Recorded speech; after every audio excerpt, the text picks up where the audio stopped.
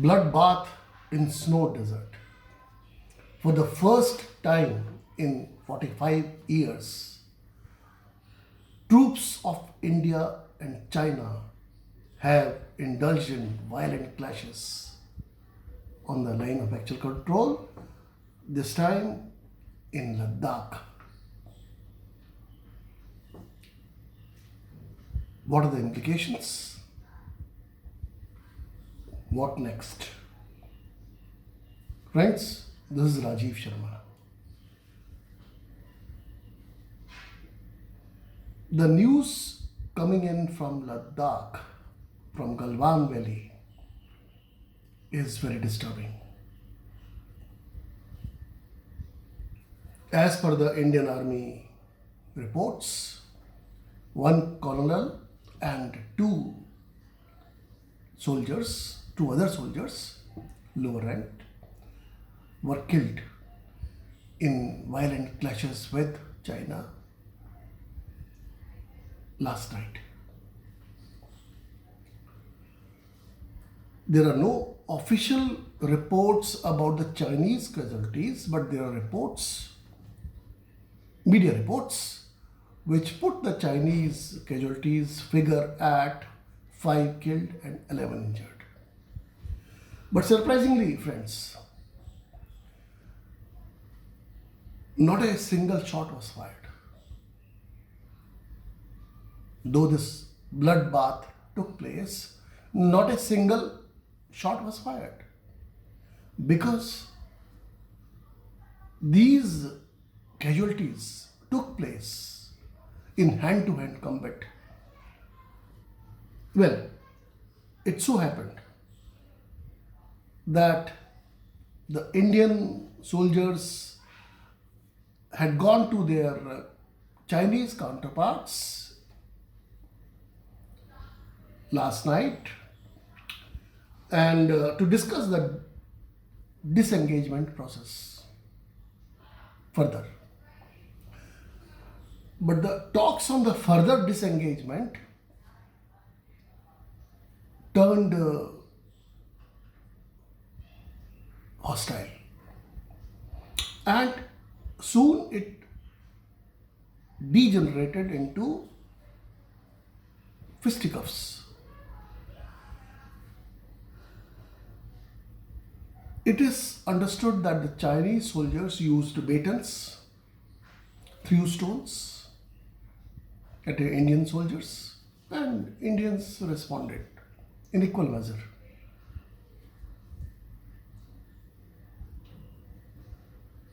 And interestingly,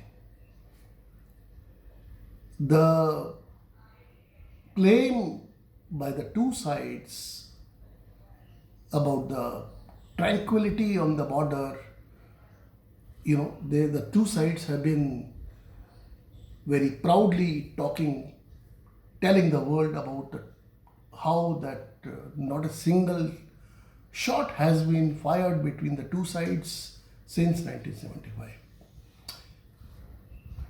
That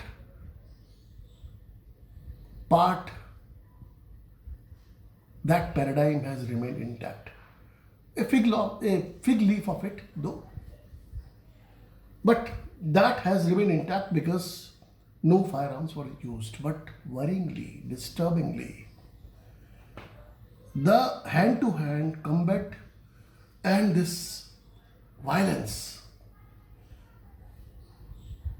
involving, we don't have exact figures, but involving hundreds of the soldiers on both sides.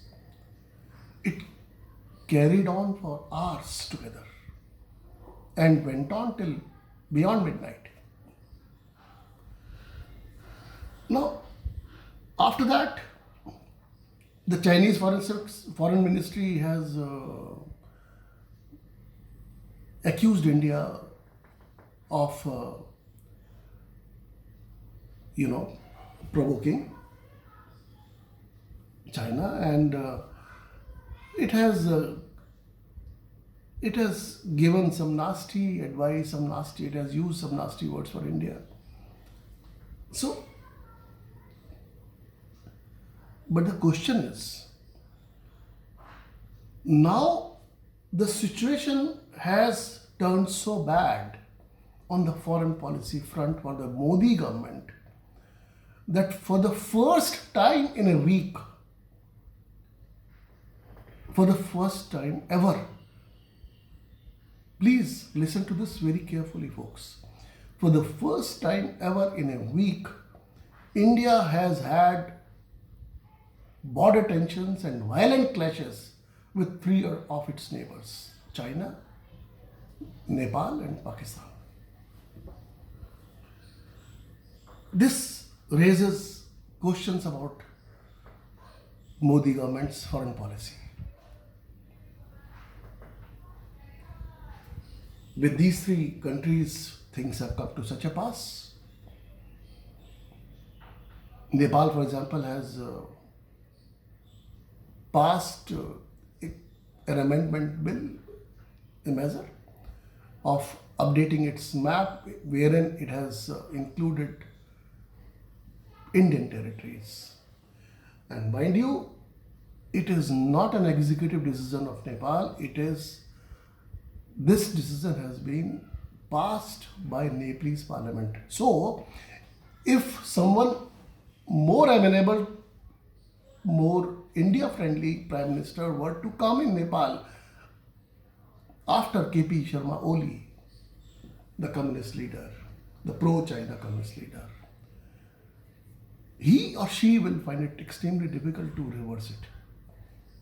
So, now the point I am making is that the Indian foreign policy is in tatters. Three countries, border clashes. Fourth neighboring country, Bangladesh, it's already, the situation there is not cool. In fact, the tensions, the bilateral relations are tense between India and Bangladesh, largely over the Citizenship Amendment Act, CAA. And Bangladesh hasn't minced its words about it. Repeatedly, Bangladesh has flagged its concerns over CAA. Now, let's come back to this India-China border face-off, which is no longer a face-off, but it has degenerated into clashes. Well, the Major General level talks between India and China were underway at the time of shooting of this video. And let's see, some sanity prevails between the two sides. But whatever I gather from my understanding, from my network, is that India is no longer the pushover what it was in 1962, and that is why the Indian troops are matching absolutely in terms of numbers, in terms of equipment in the Ladakh situation, in Ladakh sector. So what it means is that right now the Chinese troops are controlling some 80 square kilometer area in Galwan Valley beyond Finger 4, patrolling point 4. Indian troops used to patrol up to patrolling point number 8, Finger 8. But now they can't go beyond point 4. So, time has come for top level engagement,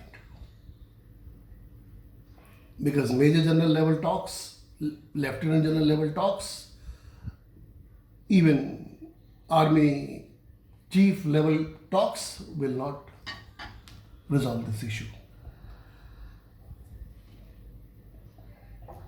Prime Minister Modi, who is now being riled, who is now being hauled over the coals by Congress. Kapil Sibal, for example, has taunted him. Where are your red eyes, which you are showing to China? Where is your 56-inch? Now, those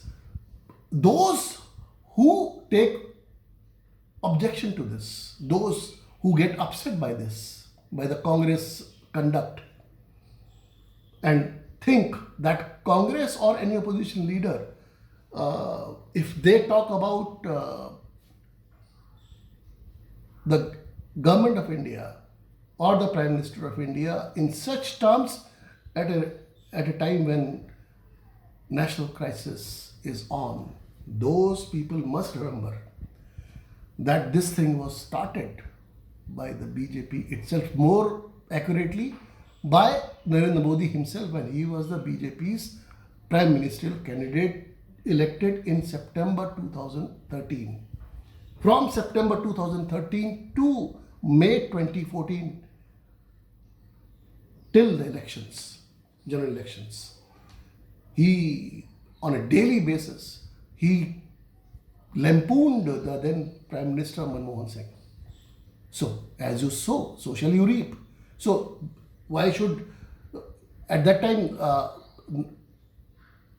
the argument is the BJP was not what the BJP was doing to Congress at that time, Congress is doing to BJP now. So, this is politics. Whatever it is, whether dirty, whether gutter level, that's how it is. But now, let us go beyond this. Let us go beyond this. It is not the time for bickering, internal bickering. And Congress should also think about it cool-headedly.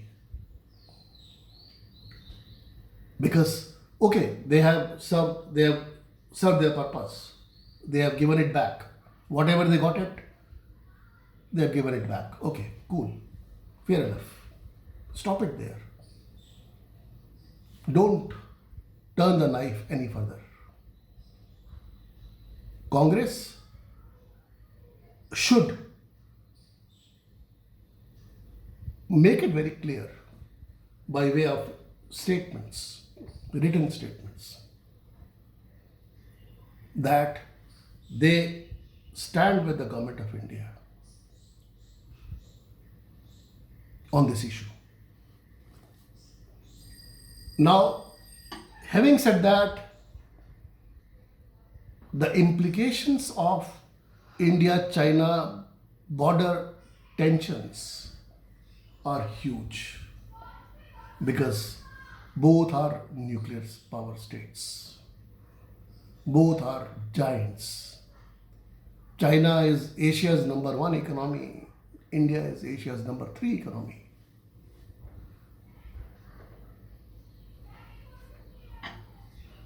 It's a lose-lose situation for both China and India if they were not to resolve their differences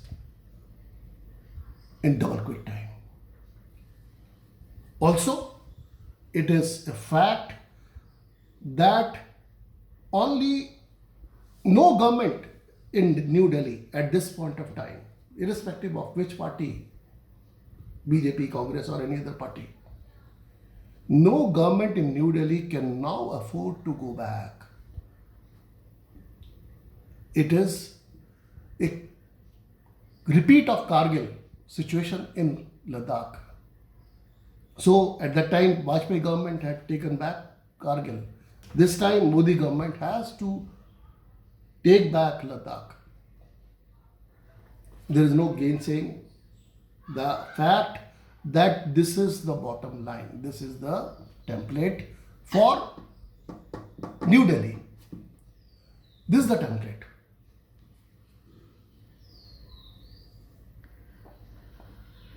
And Well, let me go to this extent of saying that a huge section within the government, within the armed forces, is of the view that if China wants to push the envelope, let it. We will also reciprocate in equal measure. China must not be under any delusion about that. China must not expect a soft response from Modi government. And Indian opposition parties, including the Congress, will do well to stand rock solid behind Prime Minister Modi on this issue. This is a matter of national security. Thank you very much, folks. Hope you like this and you subscribe to my channel.